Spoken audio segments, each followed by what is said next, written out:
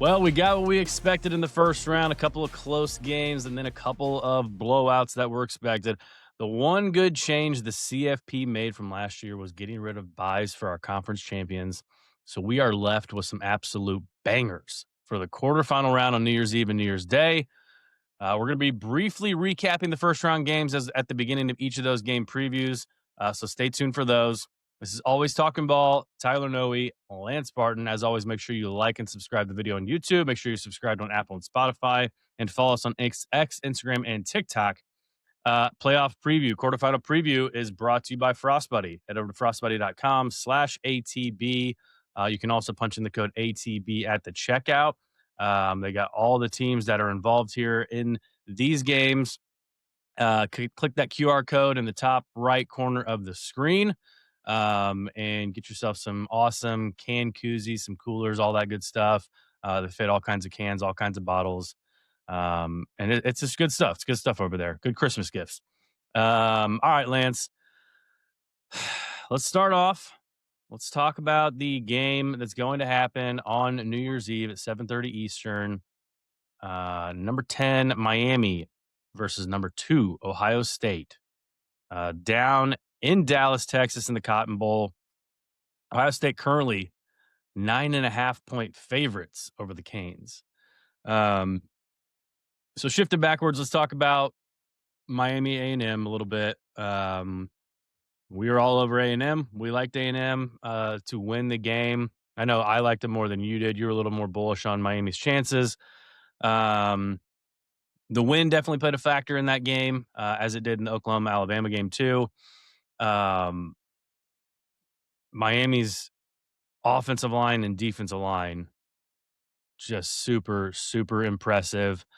The way they got after the quarterback, the way they made Marcel Reed uncomfortable. I mean, only allowing 3 points to a pretty good offense in A&M with those wide receivers and everything. And I think the win did have a case of them not taking too many deep shots and trying to get over the top of Miami.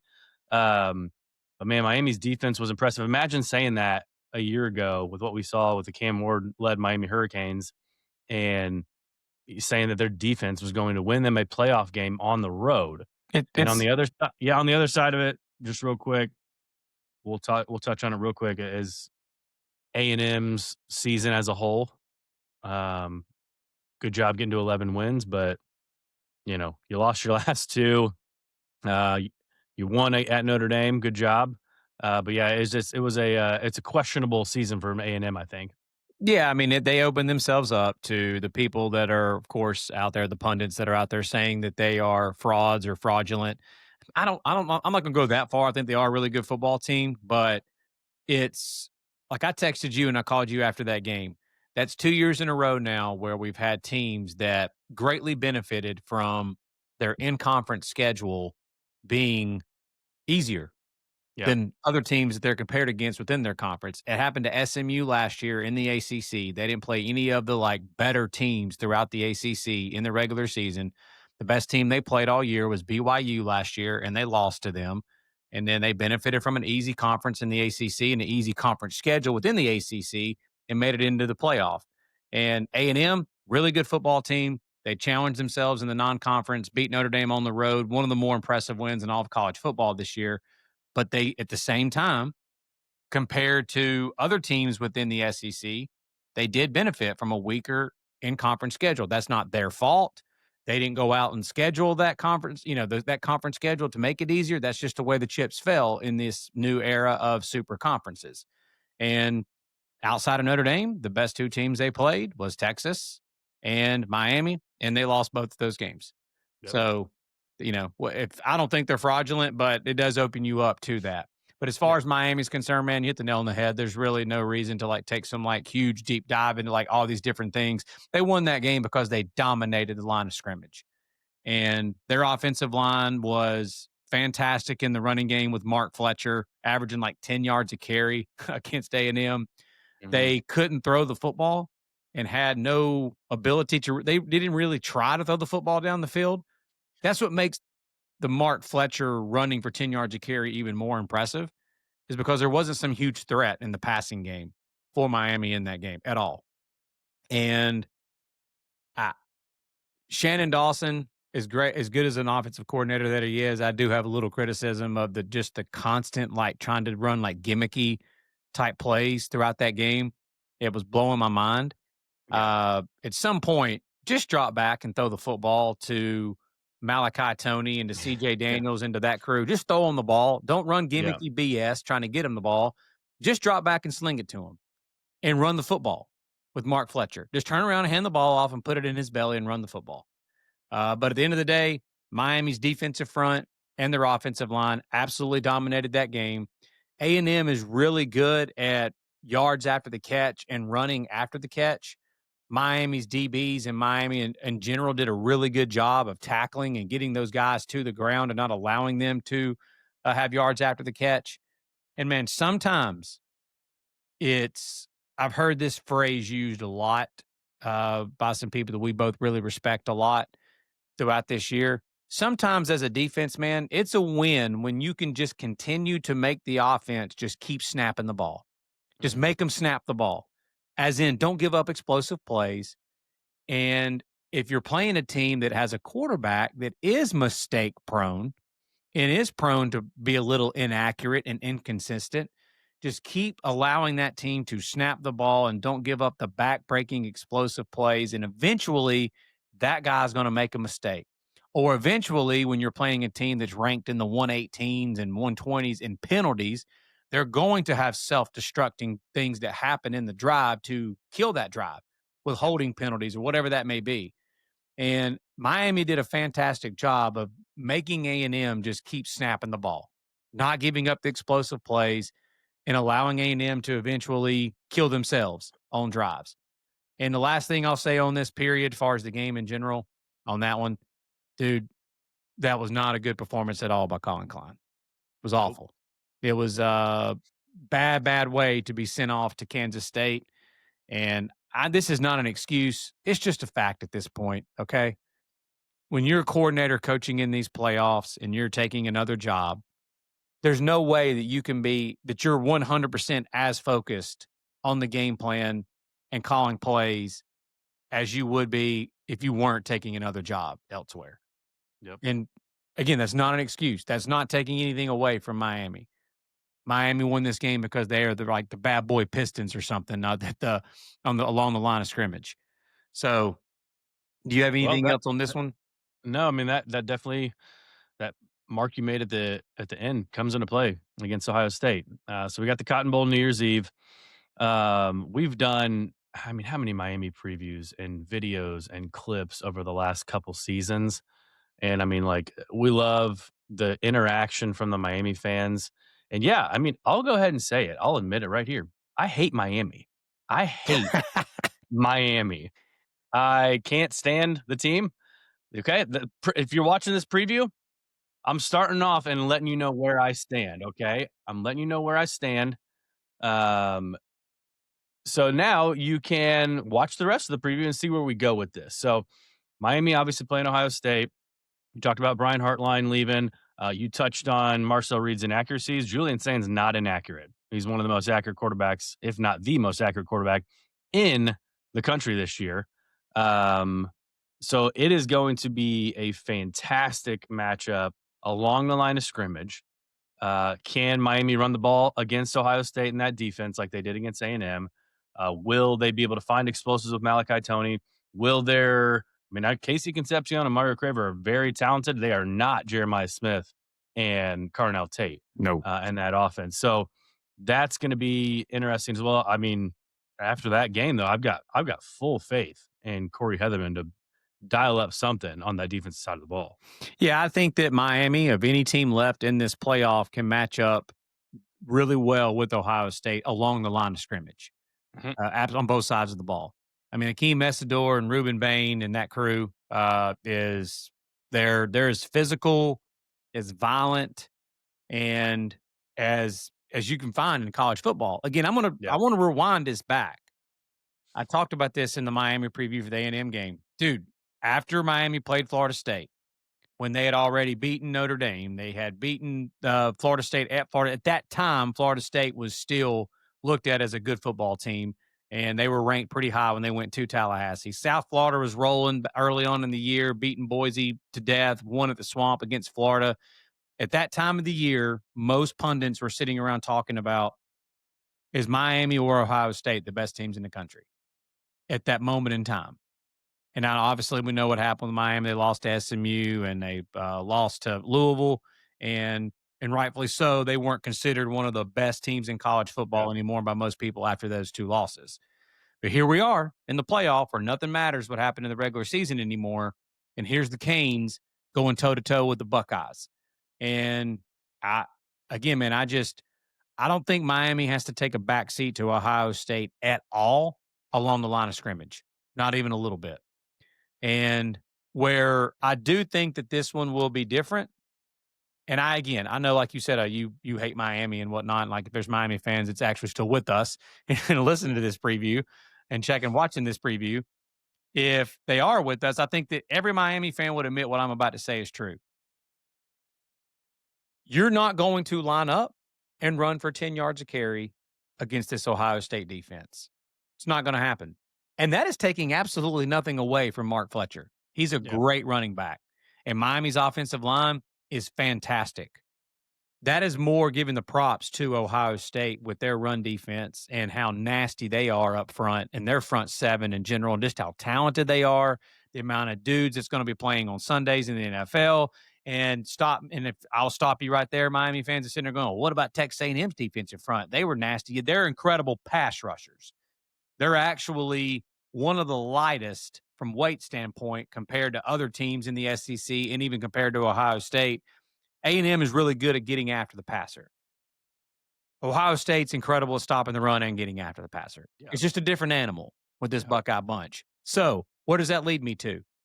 Guess whose shoulders that this game 100% will be on if Miami wants to win this football game? That'd be Carson Beck. If Miami is going to beat Ohio State, they will have to put up another big-time performance defensively, obviously. And then it'll be on Carson Beck's shoulders. And so that entails, can Miami give him the time?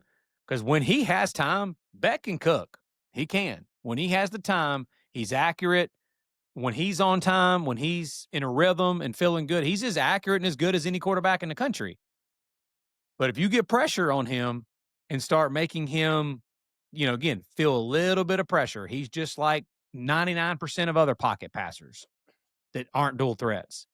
He starts getting those happy feet, those eyes start going down and looking at that rush, and he'll throw you some picks. So they've got to give him time, and Beck has to be really good in this game. I think this is another one. If Miami's going to win this game, it has to look similarly, in my opinion, score-wise to what Ohio State was. Yeah. Indiana's defense shut down Ohio State. I mean, the last two games Ohio State's lost in the past 14 months have been 13-10. Yep. So, that's the recipe. You've got to drag them into the deep, dark waters and turn it into just a big old muck it up fest. And somehow just, again, good luck with Jeremiah Smith, Cardinal Tate, and that bunch. But you've got to be able to slow them down offensively and turn it into a defensive like slugfest. And just hope that Ryan Day also, because he's the one calling plays now, by the way. Did you see that? Yep. He's taking back the reins of calling plays because OC's heading down to Brian Hartline's going to be the new head coach at South Florida. And honestly, that's the benefit of having a head coach that has called plays for many years at a really high level like Ryan Day, because we just saw it with Colin Klein, and we saw it with other coordinators in the last 2 years that did not do as well managing with their time, trying to be a head coach somewhere else while also game planning and prepping and calling plays in this playoff. So my question to you is, man, can this Miami defense do it again? Can they do it again, and can they slow down this Buckeye offense?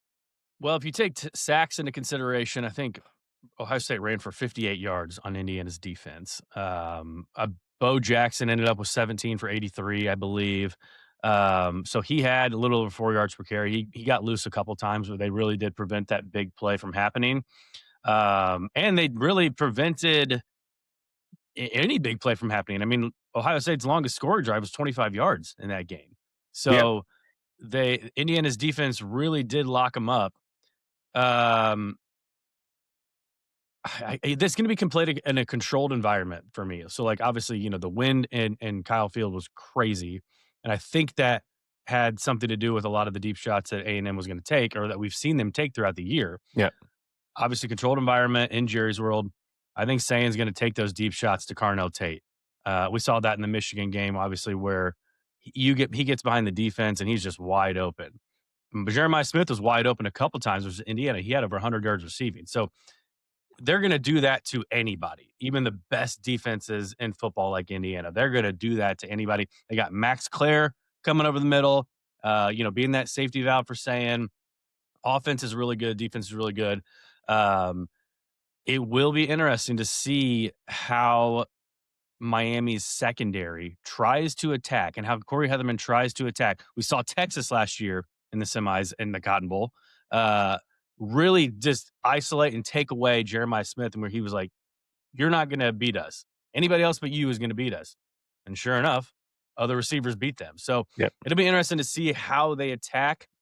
And obviously, getting after the passer is going to be big because that gives Sayan less time and gives those wide receivers less time to get open. So if he's got some plan on the back end to try to handle Tate and Smith and try to lock him up for just like a half second more to give Bain and Mesidor a little bit more time to get to Sayan and get him on the ground a couple times, hit him a couple times. Indiana sacked him 5 or 6 times. So it can be done.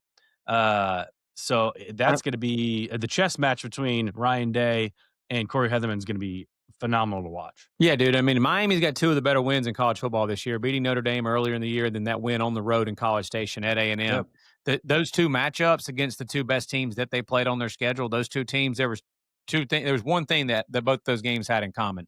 Miami owned the line of scrimmage for the Yep. majority of the game.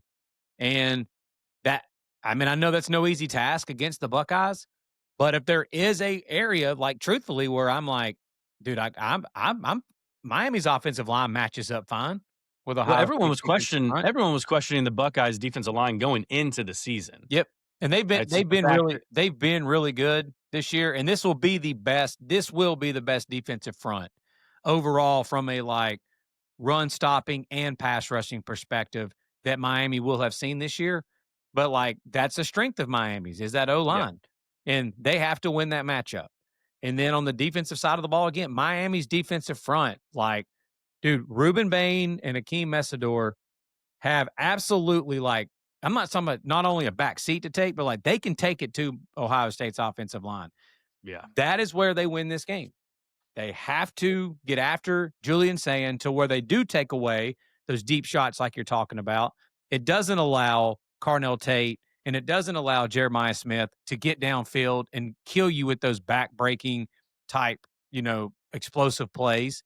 And you've got to be able to get Julian Sayin down, get him to the ground, and, like, have we really seen, like, I know Indiana did, I'm not going to say rattling, but Indiana did, like, get after him a little bit, like you said. Mhm. Like, if Bain and Mesidor do get after Julian Sayin a little bit in this game, like, I'm wondering, like, well, how does he react? How does he react to that? How does he Yeah. react to the adversity?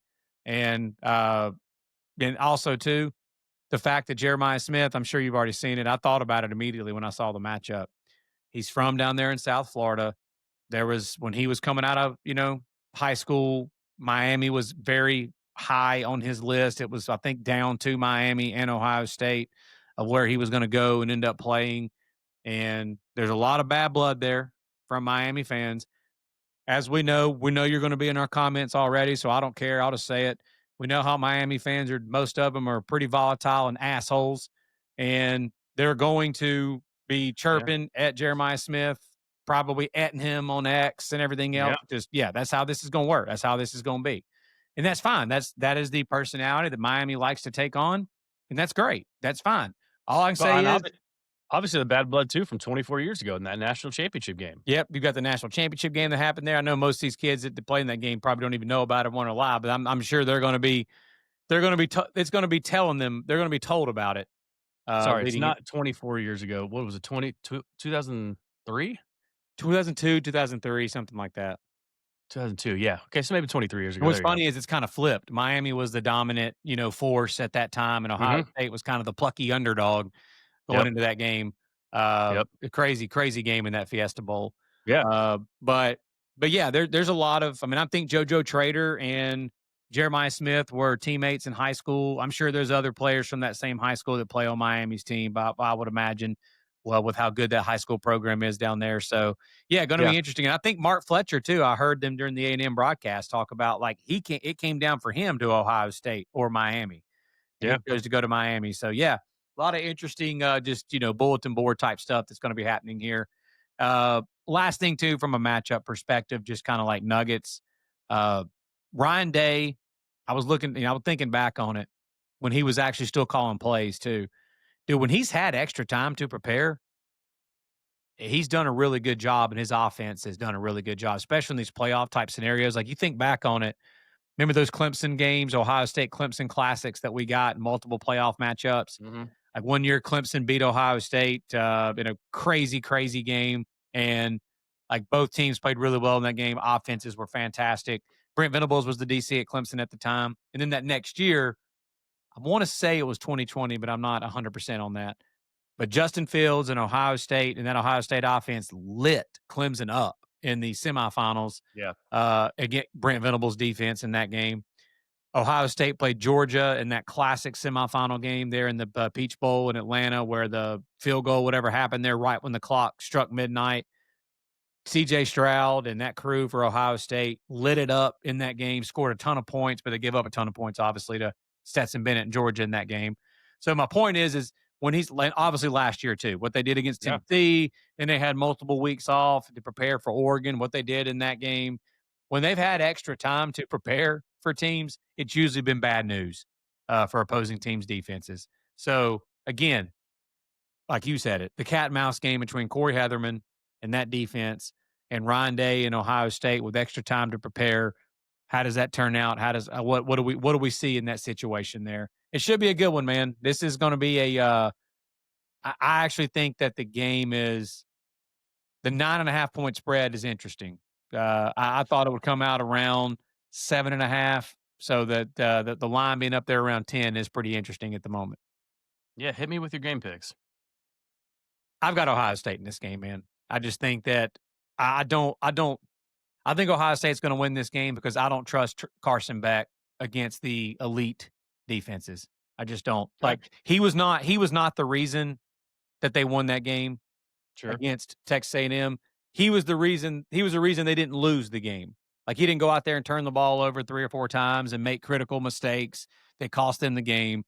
And but I mean, I know that Beck. And like for Miami fans, is this your first time listening? I probably stood on a hill and died on a hill for Carson Beck longer than anybody in all of college football that's not a Miami fan. And I had his back longer than anybody that wasn't a Miami fan. But I'm off the bandwagon for this one. I watched him last year against the best defenses that he faced. Against Ole Miss when he was at Georgia, he struggled mightily in that game.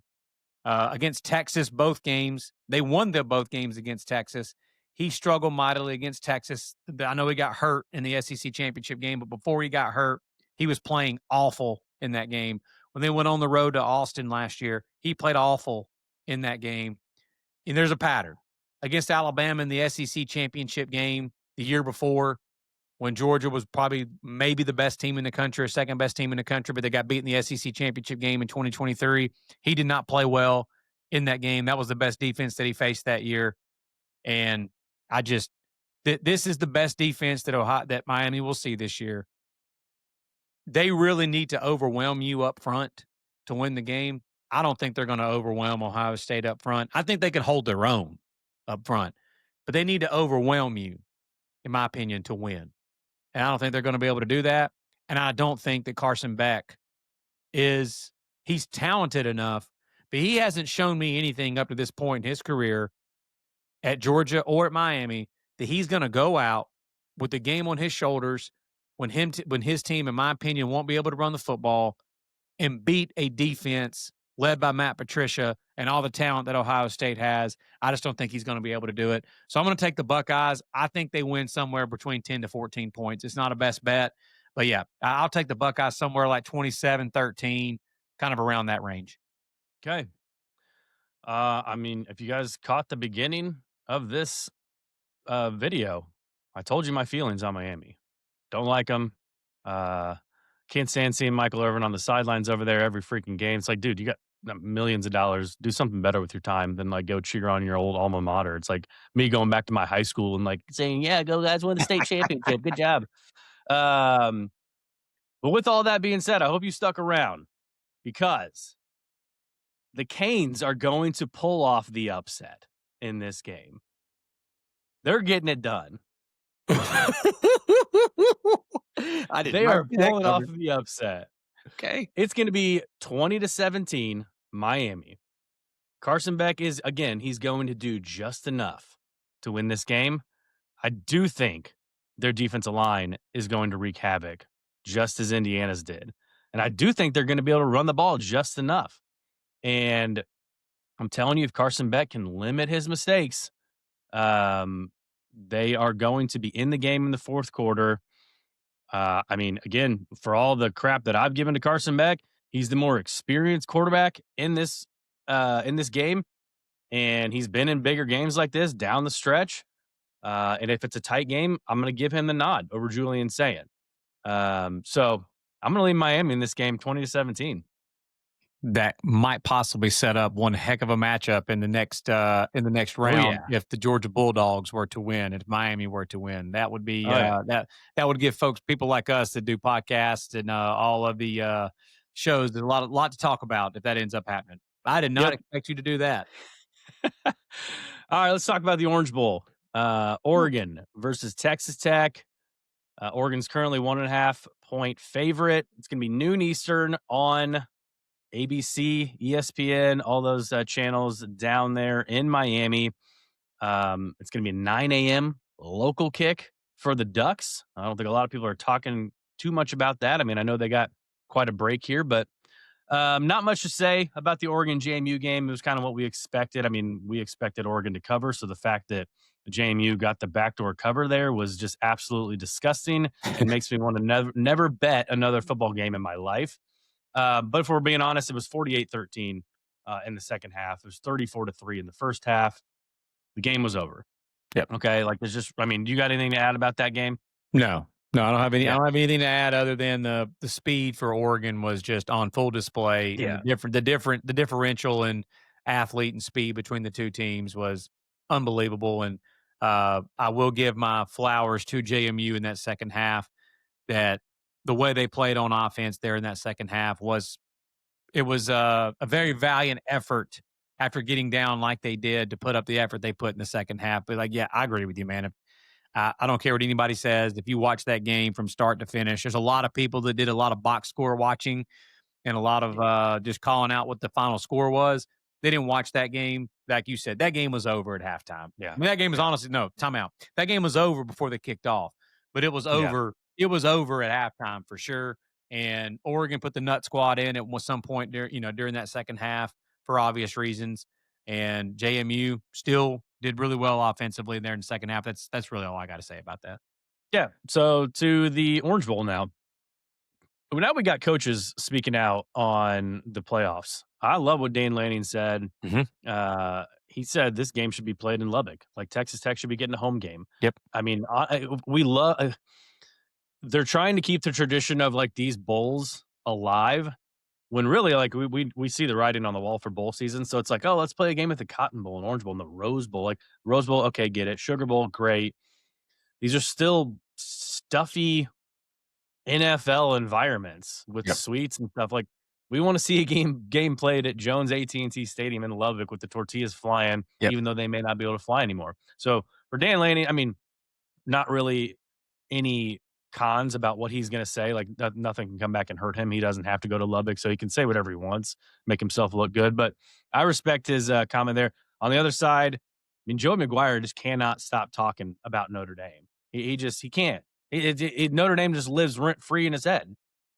He's saying that They've got, he's like, I know no disrespect to Notre Dame, but play in a conference and you can make the playoff. It's like, dude, get off of it, man. Like Notre Dame played a tougher schedule than you this year. You guys played nobody except for BYU. I don't know why he's still talking about Notre Dame and conference championships. Was he's got the freaking Oregon Ducks to prepare for here in the coming days. Yeah, I didn't really expect Joey McGuire to continue doing that. But hey, don't forget they played the Utah Utes in Salt Lake too at Rice Eccles. Yeah. But other than that, your point is spot on. But as far as this matchup, this is the game that I'm most excited about to watch outside of the obvious that I'm most excited about, that Alabama Indiana game. But this was one when the brackets came out that me and you, a lot of other people too, circled and said the Oregon Texas Tech matchup is going to be an absolute freaking dandy, and it will be. This is going to be a really exciting game. A ton of great athletes on both sides of the ball, great coordinators on both sides of the ball for both teams. I mean, we're in the quarterfinals. That's the reason why you got a lot of this for sure. With the court, I mean, when you get to this point, every team's really damn good. Every team's really well coached, and you've got great athletes on both sides of the ball. And this is again, we lucked out, man. We didn't luck out in the first round matchups, but we lucked out with these quarterfinal matchups, banger after banger, in every one of these. Well, without a doubt, we have the last best 8 teams available. Whereas this time last year, we still had Boise getting to play in the Fiesta Bowl against Penn State. Yep. So it's like, okay, we know these matchups are going to be good. Yep, agreed, 100%. So obviously, man, this just comes down to Texas Tech has dominated people in the Big 12 this year and dominated people in their week non-conference schedule with their just along the line of both sides of the line of scrimmage. When they went out in the offseason and with the NIL and the transfer portal, they invested heavily along both sides of the line of scrimmage, and it really showed this year. They overwhelmed everybody, including Utah, including BYU, who are two teams that are built very physical along the line of scrimmage. They overwhelmed both of them too. They literally overwhelmed everybody at the line of scrimmage. The only game they didn't have their starting quarterback, Baron Morton, on the road at Arizona State against the Fun Devils. But they still, a lot of points during that game, did too. I don't think they're going to be able to overwhelm Oregon at the line of scrimmage in this game. So, with that being said, what does Texas Tech look like when their first pitch, when their whatever their best pitch is not working? Mm-hmm. What do they do with their second pitch? Because if their offensive line isn't dominating the line of scrimmage, if David Bailey and that crew along the defensive front is not just constantly wreaking havoc in the backfield, what do they look like? And this is where we're going to find out. Texas Tech has arguably the best, like on paper, has the best run defense in college football on paper. Obviously, Oregon's got one of the best rush offenses in all of college football with a 3-headed monster at tailback. And they're going to test that Texas Tech defensive front. So my question to you is, do you think Texas Tech, with one of their top run defenses in all of college football, do you think they're going to shut down the Oregon running game? No, that's going to be tough to do. Although I did see Jordan Davison was helped off the field in that game. He is, I mean, I think I would say he's questionable for this game. And we're recording this on December 23rd here, so we've got over a week. But it did not look like he was putting a lot of weight on his leg there. So obviously they've got backs on backs. So, Noah Whittington and De'Aaron Hill Jr. Yeah. Davis is more of the thunder. Kind of gives him, he's obviously got a ton of speed too, but he definitely gives him a little bit more of a physical presence running the ball. But like, dude, everybody talks about those backs. That offensive line for Oregon, like we're talking about how great Texas Tech is along the line of scrimmage. I mean, Oregon's got one of the best O-lines in all of college football. I mean, they're another one. They invested heavily in the transfer portal along the offensive line, and man, did they hit with Isaiah World and Pregnon and that crew. Like that O-line is nasty, dude. That is the main reason why their running game is what it is. That is the main reason why I'm so fascinated with this matchup, because Texas Tech has dominated with their defensive front. Like, dude, again, we've got another one. Like when Isaiah World and David Bailey, whenever they're matched up, against each other in this game, that's a Sunday matchup, bro. That's an NFL. Like, that is going to be NFL scouts just drooling watching those cats go at it. And I know he's going to be matched up some with the other tackle as well. But still, that matchup in itself is fascinating to me. So, personally, Tyler, on this one, as far as Oregon offense versus the Texas Tech defense, what I'm most intrigued to see is like, I don't know that Texas Tech, I do know. Texas Tech has not faced a passing offense that's worth the shit this year, outside of the team they lost to, outside of Arizona State, when they actually had Sammy Football and Sam Levitt in that crew. Now, they didn't just light up Texas Tech in that game, but that's the best passing offense they faced. And no offense to anybody in the Big 12, there's not a team outside of Texas Tech that is even anywhere near as close as good overall as a passing offense as Oregon. I don't care what the stats say about TCU. I don't care what the stats say about Baylor. Those two offenses aren't going up against Indiana's and Ohio. Like, you know what I mean? They're not when they face the elite defenses, they get their cheeks clapped.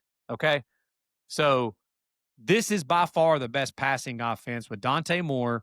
And Oregon is, guess what? Guess what Oregon's probably going to get back in this game? Those other receivers that have been injured for so long. DeCorian Moore is probably going to be back in this game. Gary Bryant Jr. is probably going to be back in this game. And hell, even Evan Stewart might be back in this game.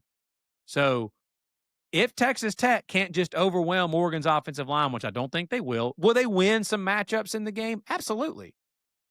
But are they just going to dominate Oregon up front? Like, just, I'm talking dominate like they did everybody in the Big 12? No, I don't see that. So what is Texas Tech's DBs going to look like in the open field when they have to cover and Dante Moore has time? Are they going to be able to win their matchups against that wide receiver core, explosive wide receiver core, and Kenyon Sadiq, the tight end, all the weapons that Oregon's going to throw at them?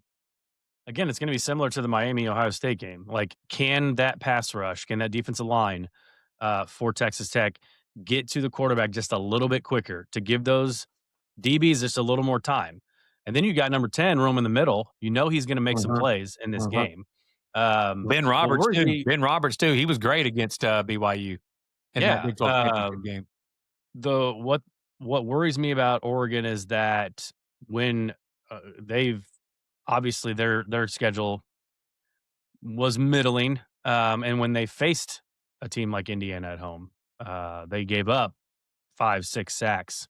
They rushed for 81 yards on 30 carries. They scored one offensive touchdown in that game. Yeah, scored 13 offensive points in that game. They allowed 30. When they went on the road and they faced Iowa, yeah, they had a lot of success on the ground, 260 rushing yards or whatever it was. Yep. But again, it was a slog. I think the total in this game being 52.5. I mean, maybe if you were talking 10 years ago with these two teams, I think you'd find, 52, 55.5 and have a game played in the 20s. But this game seems to me like it's going to start off really slow, and we're going to find out a lot about, how those coordinators, again, who are leaving Oregon, Tosh Lupoy on his defensive side, Will Stein on the offensive side, Shield Wood staying there at Texas Tech, right? No reason to leave Lubbock right now. Mac Leftwich staying at Texas Tech. Yeah. So those matchups with those guys who are splitting duties right now for Oregon, Dan Lanning's not taking over anything like Ryan Day is. So Shield Wood is going to have something prepared for Oregon. They've also, we talked about it 2 months ago, how if any team needed this bye, it was going to be Texas Tech. Like, they needed Baron Morton after that first BYU game. You could see how injured he was. They needed him to get some time off to get healthy. He looked healthier in the Big 12 championship, and that was going to be, 3 weeks removed from this game. So you got to think he's getting closer and closer to 100%. They've got Cameron Dickey running the ball. They've got weapons on the outside as well. Like, I just think, though, the defenses, especially at the beginning of this game, are going to dictate this ball game. Yep, I don't disagree. There's a lot of firepower on both offenses, but especially with Shield Wood's Texas Tech defense. I mean, I just can't wait to see, man, what they're going to look like against this Oregon offense. And on the, like I said, the flip side of it, Mac Leftwich has done a hell of a job, first year OC for Texas Tech. He was at Texas State before this with old G.J. Kinney and the Bobcats. they can hit you all kinds of different ways. They're very balanced on offense. They've got 4 or 5 different receivers that all have over 400 yards plus receiving on the year. So they have a couple that they go to more often, but like overall, they're very balanced, a lot like Oregon along Mhm. their wide receiver core. There's not just one guy or two guys that you can key on and try to take away, and that all of a sudden just stops their offense. They've Yeah. got a really good athletic tight end as well. I mean, they're just balanced. Both of these teams are extremely balanced on the offensive side of the ball. So I think that with Mac Leftwich and this Texas Tech offense, a lot like Oregon, it does. I know that but both these teams score a lot of points and stuff, and they've got weapons on the outside, but it really does start in the running game with both of these teams. Oregon's offense really is humming when they can turn around and hand the ball off and rip off explosive runs, and they're running their tempo with Noah Whittington and De'Aaron Hill Jr. and Davison if he ends up playing. Same thing for Texas Tech. If Dickey is running the football well and they're controlling that line of scrimmage or that offensive line, it becomes significant. And that's really against anybody. If the other team's running Yeah. the football against you and they have the ability to be able to sling the ball around the yard too with weapons on the perimeter, if they're able to run the football on you, like you're in trouble as a Yeah. defense. So Oregon's number one thing they've got to do, they got to be able to slow down the Texas Tech running game. No question. And Yeah. you're right. Baron Morton's health, I think, is huge. They got the bye. I think this will be as healthy as he's been all year. The other part of this, though, in the first round, there weren't really any parallels to last year. So what are we going to see this year? Because we saw last year the teams that had the buys in the first round, they struggled in the quarterfinal games. Yeah. So what is like Ohio State with the bye this year? Texas Tech, they were hotter than you know what Yeah. down the stretch. What's the long layoff going to look like for them? This is new territory for them. Yeah. What are these teams that like Indiana and so on? Like, Georgia. Yeah. Georgia obviously experienced it last year. Well, what are these teams going to look like with the long layoffs? And does it hurt them? Does it help them? We'll see. It's going to be interesting to see on that front. All right, give me your game picks. I've got Oregon in this game, man. I just think Okay. I think Oregon is like I said, I took a flyer on Oregon at plus 800 to win the national championship You did. before it started, before this thing started. I think they've got the goods.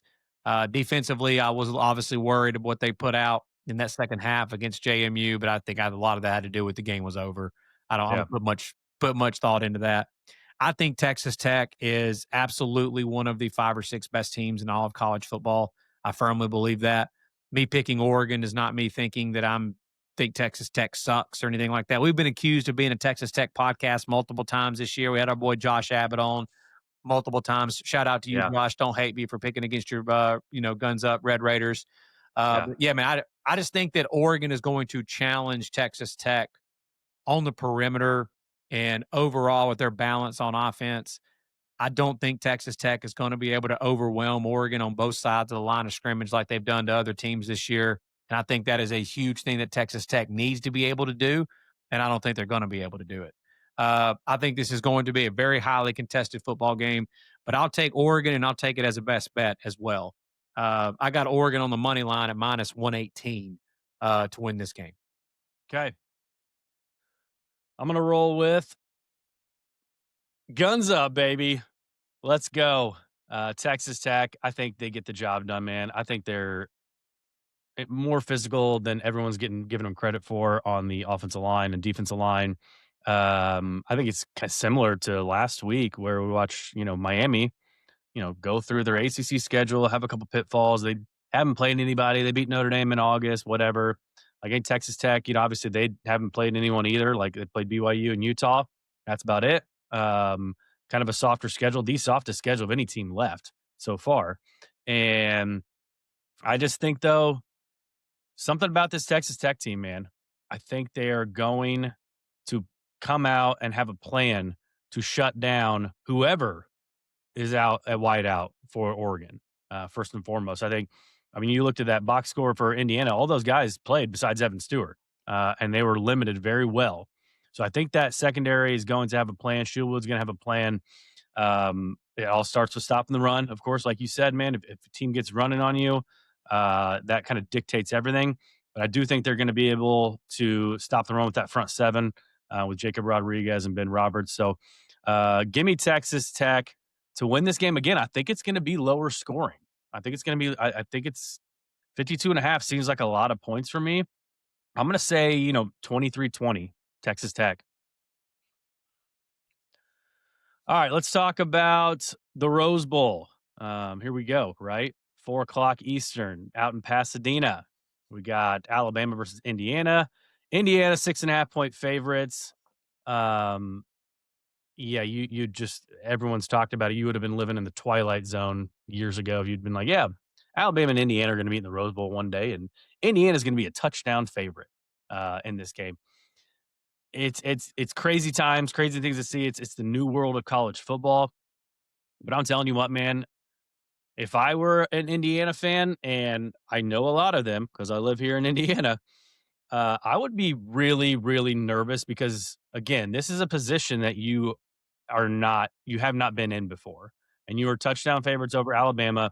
And I know we've talked about Alabama ad nauseum this year. They're not the teams of old. Like they are not that team. And typically, a lot of times these power ratings get it right. So I think Indiana should be around that 6, 7 point favorite. But I think it's just the name Alabama, and it's the jersey you're going to see across the line of scrimmage in the Rose Bowl. It's your first Rose Bowl in over 50 years, and it's your first, playoff game as the number one seed. You've got just a lot of things surrounding the game. Can the masterful Kurt Signetti dial these guys in? I mean, he said it as soon as that Ohio State game was over. I've got 3.5 weeks to get these dudes focused for that game on New Year's Day.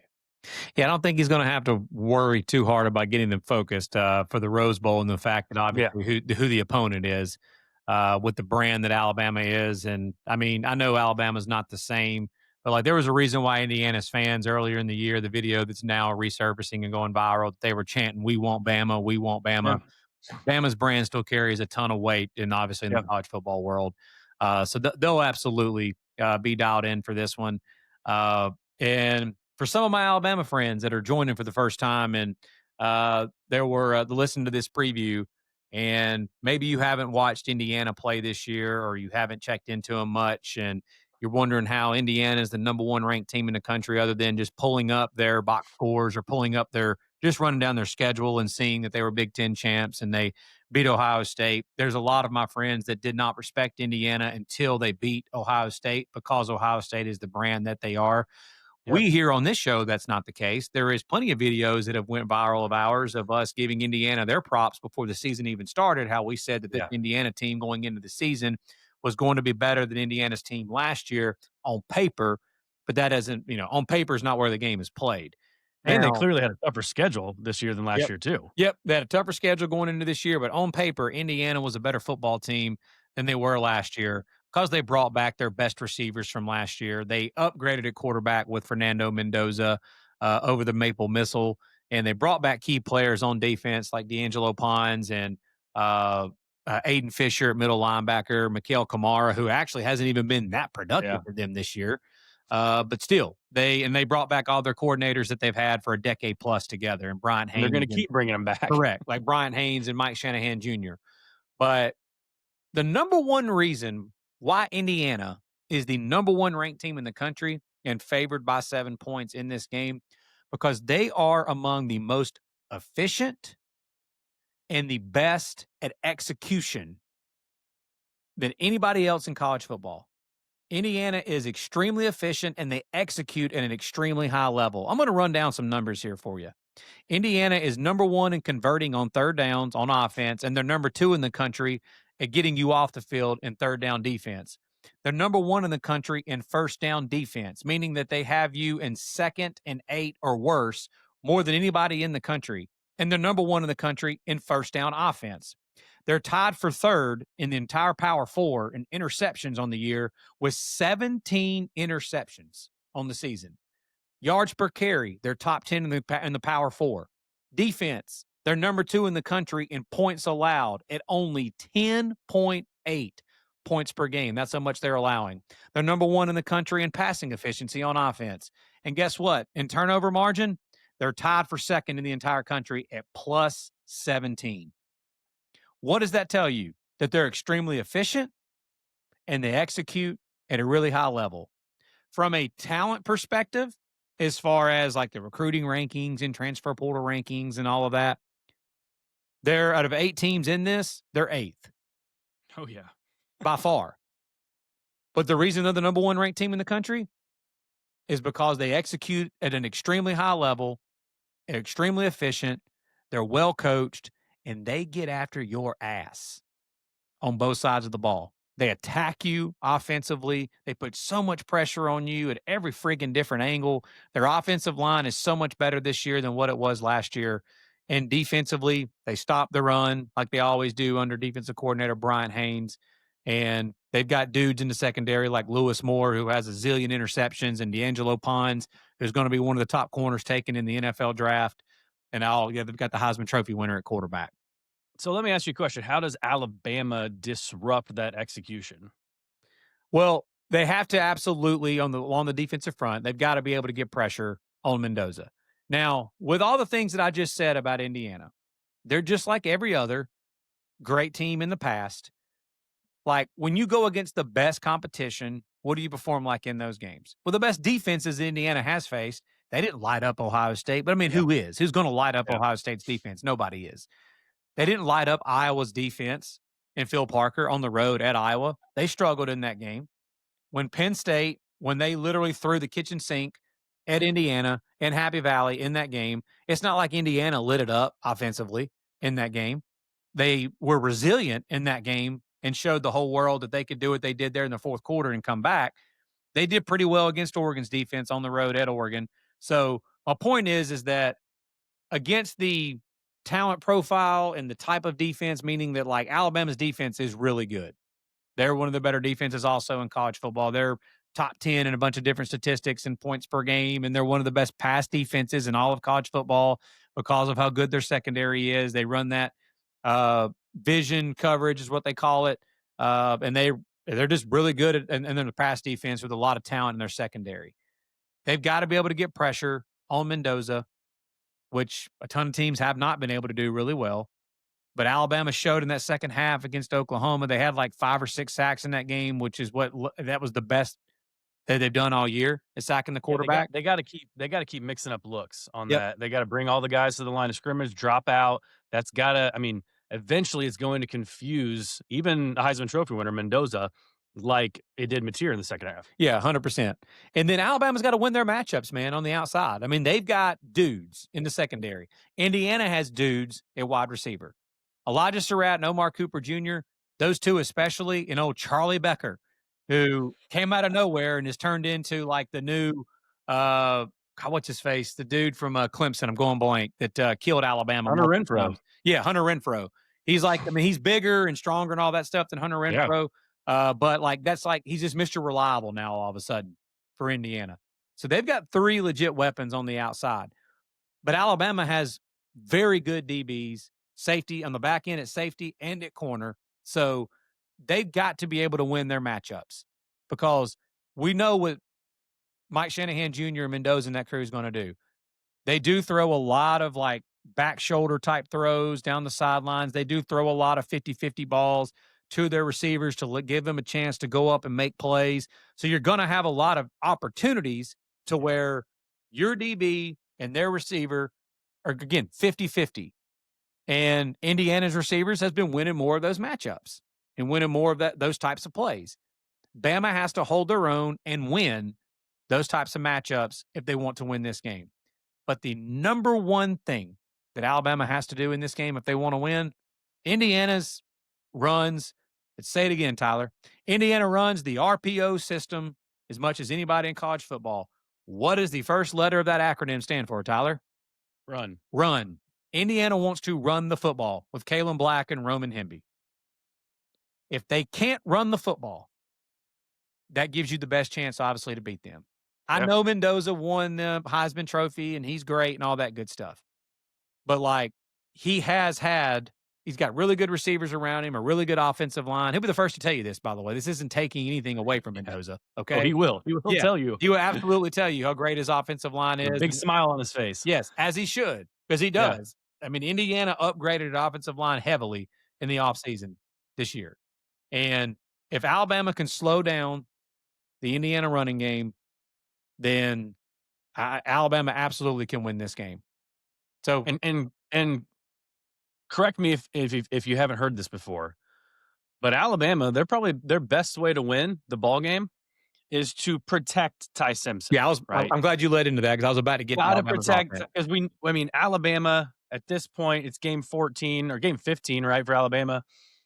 They're not going to run the ball. And against Mm-mm. this Indiana defense, it's going to be even tougher Yep. than it was, arguably tougher than it was against Oklahoma. As tough, Both as those, tough.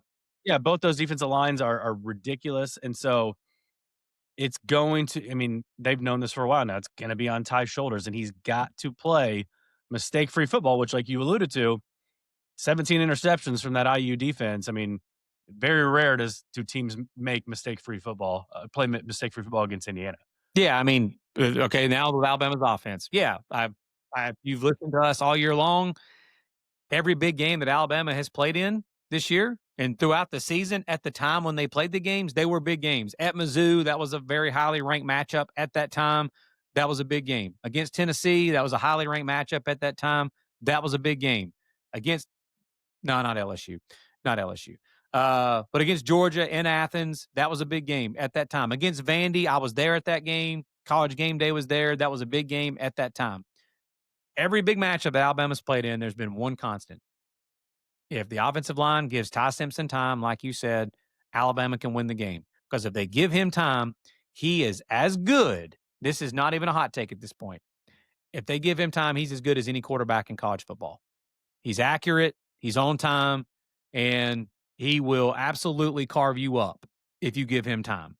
The problem is that's a big if, because against the really talented defensive fronts, they haven't been giving him time. When that game was 17-0 against Oklahoma, again, a flip absolutely got switched in that game, or switch got flipped. Sorry. A switch absolutely got flipped in that game. But a huge part was they were giving Ty time to make some throws and to make throws downfield. And there is the number one thing. Bama did something in that game against Oklahoma that I had not seen in a while. And it was, I've been pressing for it and been asking for it all year long, and it drove me crazy that we weren't doing it. I say we, sorry. But Alabama wasn't doing it in those games. And that is, there were 5 times against Oklahoma where Alabama threw the ball 20-plus yards down the field. And they weren't like long developing plays either, because they can't do that, because Alabama honestly is not great at protecting against the elite defensive lines. And Ty's not been accurate at all this whole season on those throws. No, he's really bad at the deep throws. The types of throws they were throwing in this game still wasn't the long ball, the bombs type throws. Yeah. They were, just a few of them off the top of my head. When Alabama was backed up in their own territory deep there, it was kind of midway through the third quarter. Ty literally like a 3 to 4 step drop, just dropped back, planted his back foot, and threw an alley-oop down the sidelines to a fade to Isaiah Horton. That happened because Oklahoma is so good up front that they put their DBs on islands against the opposing team's receivers. Because more times than not, your quarterback's not going to have a ton of time to sit there and find guys open because Oklahoma's defensive front is so talented. Indiana does the same thing. Indiana is really good at getting after the quarterback, and their front seven is so good. They put pressure on the quarterbacks. They trust Lewis Moore. They trust D'Angelo Pons enough to put them on islands against opposing teams' wide receivers to go win those matchups. So what does that mean Alabama has to do? They got to win those matchups on the outside with Isaiah Horton and with Jeremy Bernard and with Brooks. I've named 3 receivers and still haven't named Ryan Williams. Maybe he out of nowhere will resurface in this game. I don't know. Not counting on it at this point in time. Yeah. But that was what they did against Oklahoma that really was a huge difference. The touchdown to Brooks, and not the first one where on the 4th down play on the 4th and 2, the kind of long, like a 30 to 35-yard touchdown pass to Brooks. Same thing. That was a one-on-one matchup that he won against his DB, and Ty gave him a chance, and Brooks made a play. He did the same thing to Isaiah Horton. He did the same thing to Jeremy Bernard on that crazy jump ball where he went over the guy's back and made the catch. Point being is they did it multiple times in that game, and it worked every time except once. But on the time that it didn't work, he still gave his receiver a chance to make a play. And it was Ryan Williams that went up and tried to catch the ball like this with his arms, like turned, whatever, and tried to catch it with his freaking forearms instead of Yeah. catching it with his hands. So it actually did work 5 out of 5 times. The Gators dropped the ball. So I just went through all of this on both teams, and it sounds like that I have a theme here. Yep. Both teams are going to have to win their matchups on the perimeter, on the outside. It's going to be really good DBs against really good wide receivers with 2 really good quarterbacks going against Yeah. each other. The difference is Indiana has obviously shown more ability to get after the quarterback than Alabama has throughout the year. Alabama is not I think they actually talked about it during the Oklahoma game. They're one of the least sending extra pressure, blitzing teams in college football. Yeah. And obviously they trust their DBs to be in that zone to make plays. But they're going to have to get after Mendoza a little bit, and Alabama's going to have to stop the run. And no, I didn't say a word about Alabama's running game because it's honestly there's no reason to even talk about it. Yeah, this Alabama team is Jekyll and Hyde, man. Like the 2 versions of this team still live deep down inside of it, and we saw both versions Yeah. against Oklahoma. We saw the Mhm. version that literally everyone on Twitter was writing off when it was 17-0. And I texted you, or we called each other at 9 p.m. Eastern that night, and we were just like, this team is awful. And 35 literal real-time minutes later, it was 17-17 after a pick six, and we're like, okay, that's what type of team they've been all season, it seems. You get a lot of highs, you get a lot of lows with them. Indiana just been real even keel, real consistent throughout the entire season. This is the moment that I have been waiting for a long, long time, because I think in the 3 seasons we've done this, Alabama has not been this big of an underdog in any game, I would imagine. I mean, 6.5 points, that's a lot for Alabama. I think I I think don't I think think the last time they were this big of a Michigan? dog, they were 6 and no, they were 6. I think they were favored over Michigan, dude, in that Rose Bowl. I think they were a 2.5 point favorite in that Rose We lost a Bowl. lot of money on that one. Yeah. But the last time Alabama was at least a 6.5 point dog was against Georgia in the SEC championship when Bryce Young and that crew lit Georgia up in that SEC championship game. I think that would have been 2021. Yeah, and Yeah. we weren't doing the podcast then. So No. since we've been doing this podcast, I mean, this is the biggest underdog. And if you guys caught our socials, Lance already picked this game in his preseason in his pre-tournament bracket. So I'm excited to hear where he's going to go in this game after seeing what Alabama did to Oklahoma. Yeah, so my game pick in this game is I'm going to start with this. Kaylin DeBoer is now a combined 13-2 as a head coach with extra time to prepare. And that includes like bye weeks, first games of the year, bowl games, playoff games. He's now 13-2. He's got multiple wins against Dan Lanning in Oregon, Sark in Texas, Kirby Smart in Georgia, now Brent Venables in Oklahoma. So obviously he's got some very good wins against some very good teams. His record against ranked teams and against top 10 teams is among the best in all of college football.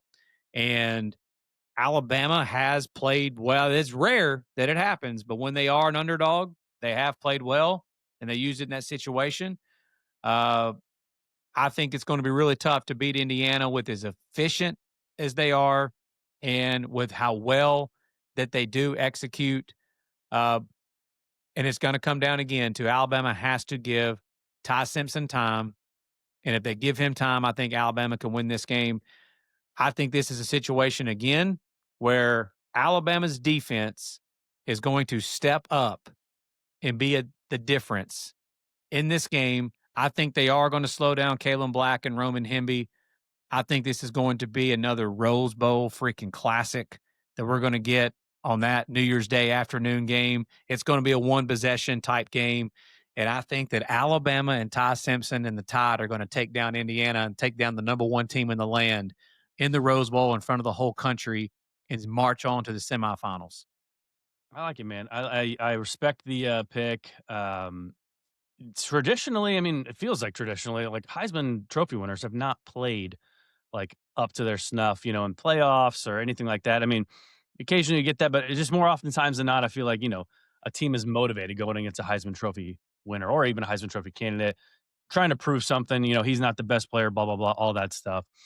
I mean, we know what Kurt Signetti's done at Indiana has been one of the most, if not the most, just crazy turnaround, best coaching jobs of our entire lives. Like, with all due respect to your boy, old Nicky there, who won 6 titles at Bama, and if Kurt Signetti wins the national championship this year, and wins these next 3 games, and he gets Indiana a national championship game, like I'll be ready to declare him the GOAT. I don't know. Already, not just bar none. Like I don't even care if he doesn't have 6 titles already, Yeah, 7 titles, I but disagree with that, but I understand why you're saying. sure. I understand why you're I saying mean, that. it's just unbelievable the things he's done. They've had a lot of time to prepare for this. Again, I think that Ryan Grubb is a really good offensive coordinator. I think he's underwhelmed us a little bit this year. Yeah. I know he's underwhelmed you a lot. Kane Womack is a really good defensive coordinator. He's probably overperformed to a lot of Yeah, Alabama he fans. was in his bag in that second half against Yeah. Oklahoma. But I think the coordinators in Indiana are just something else, man. I don't understand how people keep letting Signetti and Scott Dolson just keep re-signing these guys and Yep. extending these guys and keeping them there in Bloomington. It's almost like they're just like, okay, Signetti's staying, we're staying, we're going wherever he's going. Like Yep. we're just going to build a dynasty wherever we go. And I think they're well on their way of doing that, man. Uh, I think this one could get ugly. I think it could get ugly. I think Indiana could run away with it. I know Alabama's defense is really solid. I don't know if Indiana's going to score a lot. Like, I don't know if it'll be a 28-7 type game against, like the Georgia SEC championship game was. But I think Indiana will force some turnovers. I think they're going to get after the quarterback. I know the Stephen Daly loss. We didn't talk about that, but it's a big loss for Indiana. But they've seemed to just hit on every single like transfer guy like that. They brought in Hosea Wheeler's the next up from Bowling Green. Just like almost like Cassius Howe from Bowling Green. Bowling Green was just stacked with defensive line players last year. Got rated by Indiana and Texas A&M. So I think that they're a different type of team this year. I never thought that I would be picking Indiana to win a Rose Bowl, let alone a Rose Bowl over Alabama and advance to the semifinals. And so in my mind, I think it puts them up against Indiana versus Texas Tech in the semifinals. And then, obviously that would be Oregon versus Alabama for you. So we'll see who's right, man. We're so far 3 for 3 going against each other Yep. in these quarterfinals. Makes It's for a good show, right? yeah, So it's rare. It's rare that we do this. Our boy yeah, Freddie said, "I love when you guys actually go against each other in picks because it doesn't happen very often." But yeah, we're 3 for 3 right now. yeah, I think Indiana, I think they just take care of business. Just something about Signetti, like, man, just the pure focus that guy has on the sideline at all times, even when they're up 63-10 over number 9 Illinois. Like it's unbelievable. So give me Indiana to win the game, win the Rose Bowl, and advance to the semifinals. Last game here. I know we're running long here, but hey, we're talking college ball. Sugar Bowl, 8 o'clock Eastern, right after the Rose Bowl. Ole Miss beats Tulane last week, 41-10, right? Yeah, something like that. Um, Pretty much what we expected. I said 41-17. I was so close. Give me one more Tulane touchdown. But, you know, Ole Miss kind of looked a lot like Oregon did, and we expected that. Now they get the rematch, right, from their game earlier this year that took place in Athens with Lane Kiffin on the sidelines. They were up 35-26 in that game, and Georgia took a 17-0 run into the locker room and into the final to win 43-35. Obviously, Lane Kiffin's not there. Pete Golding's there. Everyone else is there except for Lane Kiffin. I think that definitely showed. They had their similar performance to Lane, from the first matchup. So you got Georgia. Georgia's on a roll. They are one of the hottest teams, if not the hottest teams in the country since losing that Alabama game. And if you look back at that Alabama game in week 4, week 5, I mean, we talk about it all the time. Like they shut out Alabama in that second half. They had the stupid Cash Jones play call. Like they're a couple plays away from being undefeated. Yep. Like probably number 1 in the country up there with Indiana. And so that's the only game that they tripped up in, man. Like this Georgia team, It's tough, man. It's tough. Give Kirby this much time. I know they gave him, this much time last year. Same Sugar Bowl going up against Notre Dame. Obviously, they didn't have the same type of team, all that stuff, but they did trip up last year. They had a new quarterback, Gunnar Stockton. It was his first start, all that stuff. Different team this year, obviously. Anxious to see how this one plays out on New Year's Day night. Yeah, let's start there, man. I think that the fact that Kirby and Georgia did have that long layoff last year after winning the SEC championship game against Texas, they had the long layoff to the Sugar Bowl against Notre Dame and them losing in that game. I think that that does bode well for Georgia in this matchup. The fact that Kirby's not going to have, I mean, again, I know we're in the freaking quarterfinals. There's no extra motivation or anything like that that even needs to be said in these games. But as far as like getting your team like focused in the part of like that, kids on this team for Georgia did experience that last year, the long layoff and losing. So obviously interesting to see what Kirby does from a differential standpoint. You already hit the nail on the head though. Like it's a completely different football team. That Yeah. Georgia team last year never seemed like that they got like things together throughout the year. They just kept finding ways to win games last year. And this Georgia team this year, we've said it going into the Alabama game and the SEC championship game. We said it when Georgia was going into the matchup against Georgia Tech when we previewed that game, the last game of the regular season. There's no team in this playoff, and it's weird to say this because it's Kirby Smart in Georgia. There's no team in this playoff that has improved more from earlier in the year to later in the year than Georgia. Georgia, I know, just has a ton of 5 stars and their blue chip ratio is crazy, but they got a lot of guys that like haven't like started and like played like as much football as normally what we're used to seeing with Georgia. So obviously, when you have a new quarterback like Gunnar Stockton coming into the year, when you have newer guys that haven't played yet, like those guys have all gotten better and they've improved.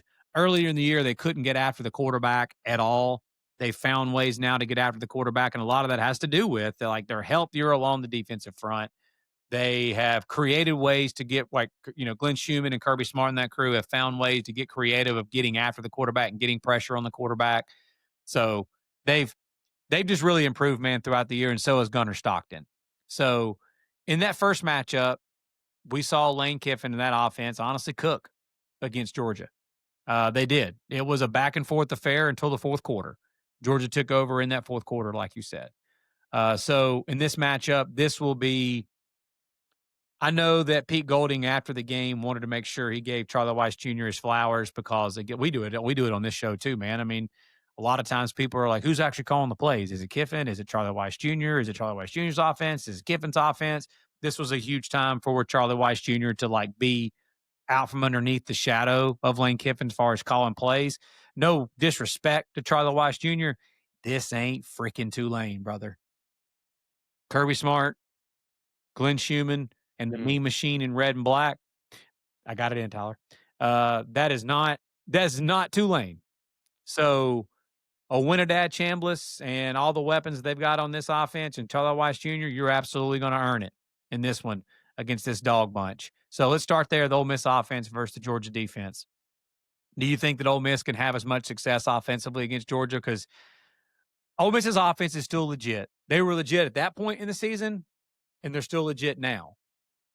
But I'd be lying if I said, man, I mean, I know Ole Miss fans are absolutely going to hate this, but there's somewhere in the back of their minds, probably deep in the back of their minds right now with all the hatred they have towards Lane Kiffin, that I think they would even admit a little nervous about going up against Glenn Schumann and Kirby Smart's defense without Lane Kiffin on the sidelines.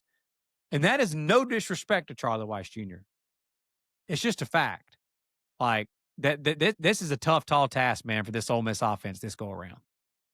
Yeah, I mean, I do feel like we really can't get anything out of that Tulane game, but it's, the sense you got around the program is like they want to prove that they're more than just like a head coach, right? They want to like stick it to them almost. Yeah.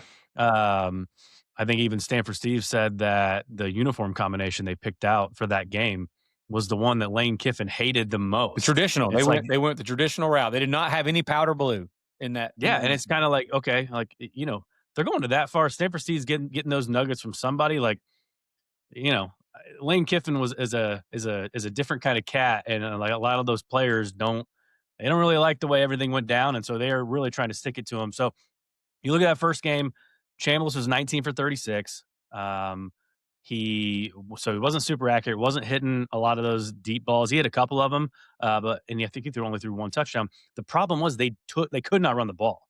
I think Kewan Lacey had 30, 40 rushing yards. Like you have to be able to at least get a little bit of movement in the running game against this Georgia defense or Georgia front line because Good luck.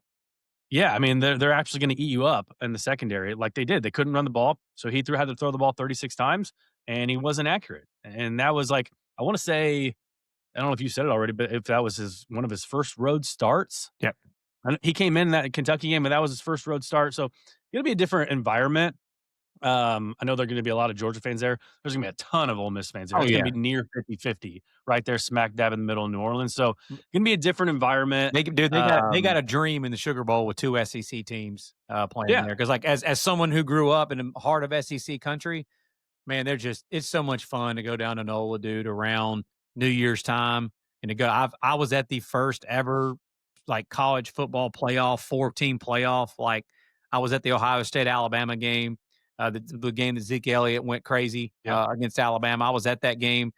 That whole scene down there, man, for the 3 or 4 days that you're down there is as good as it gets. So getting Georgia and Ole Miss, 2 passionate fan bases like that, yeah, they got the city of New Orleans and the Sugar Bowl are blessed to have 2 SEC teams that are going to be playing in that matchup. Well, honestly, they deserve it too, man. Because you remember what happened last year on New Yeah, Year's dude. Day with the accident Golly. happening, and they were ready to go. Notre Dame brought all the fans down there. Georgia had the fans, like, they were ready to go, and it just kinda put a somber note Yep. on the game, and they had to delay that game a day and everything. Yep.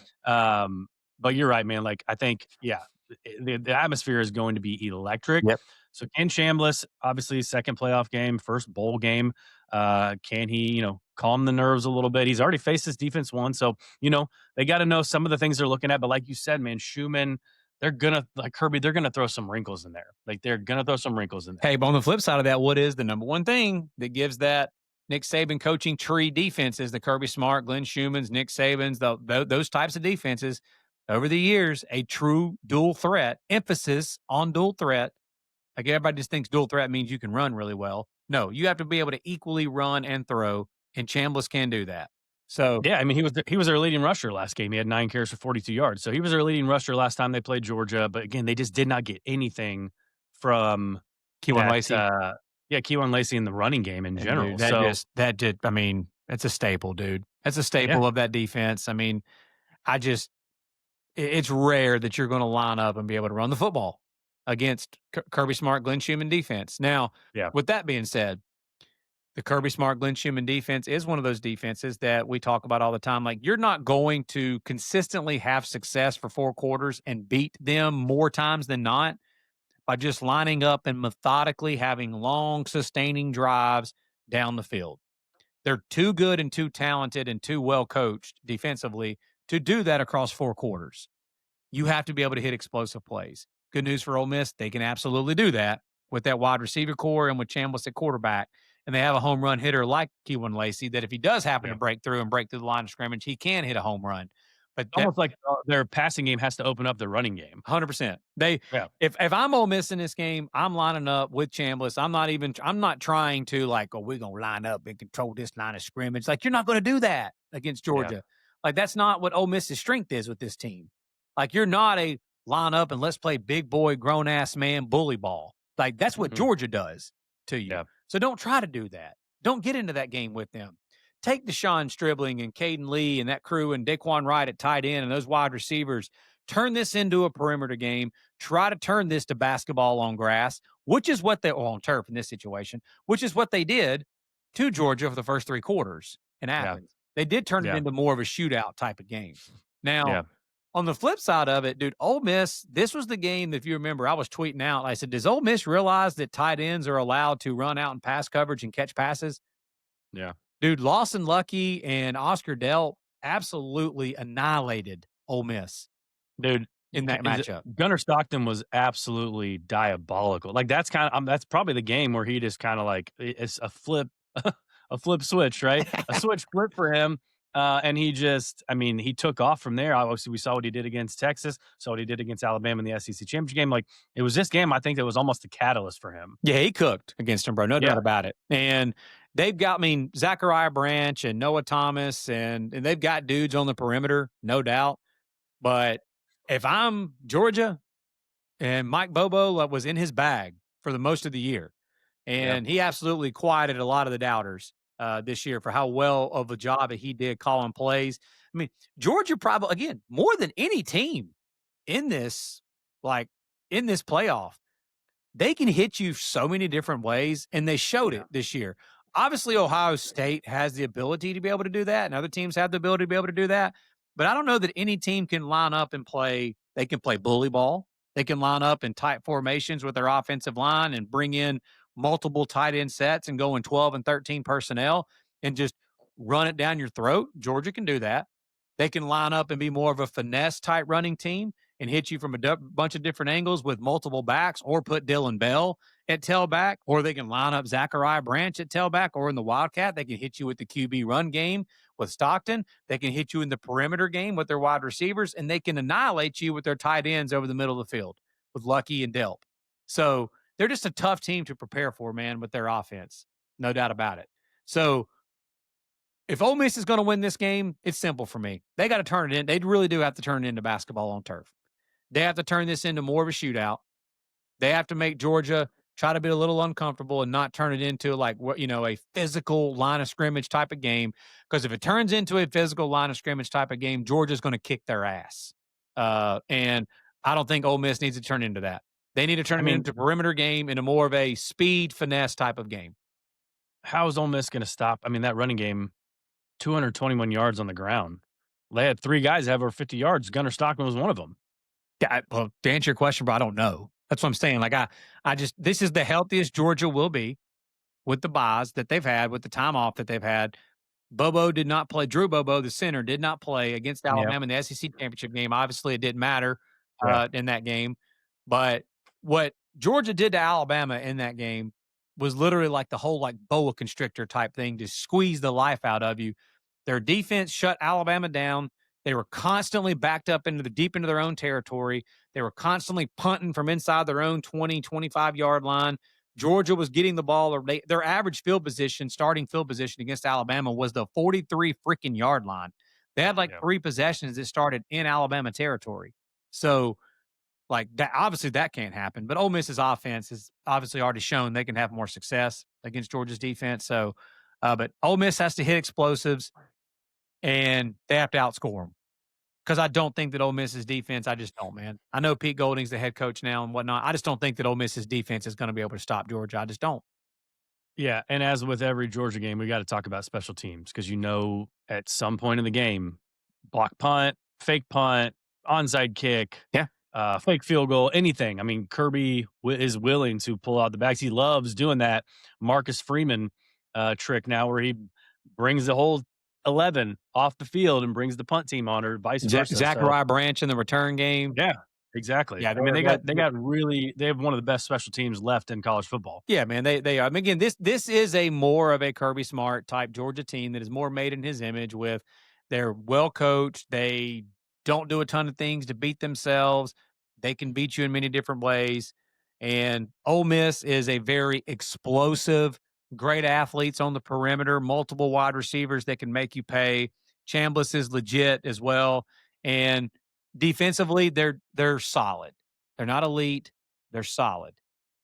So I'm just going to throw it out there, bro. I've got a game pick in this game. I think Georgia is going to kick their ass in the Sugar Bowl. There's my game pick. I think Georgia is going to get on Ole Miss. I think they're going to physically dominate this football game. They're going to run the football well.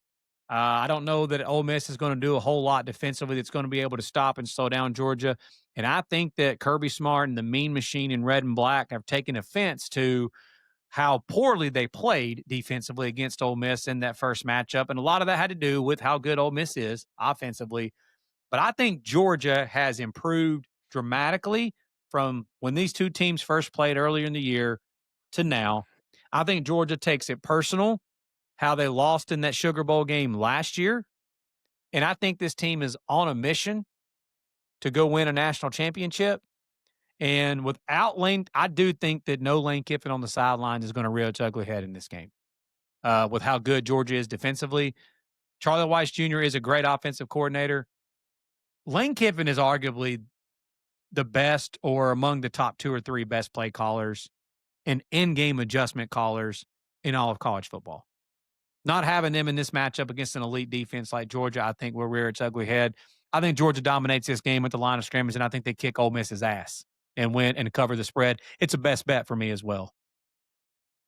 Okay, man, we were so close to going 4 for 4 head to head, but there's no way I'm not taking the Georgia Bulldogs in this game.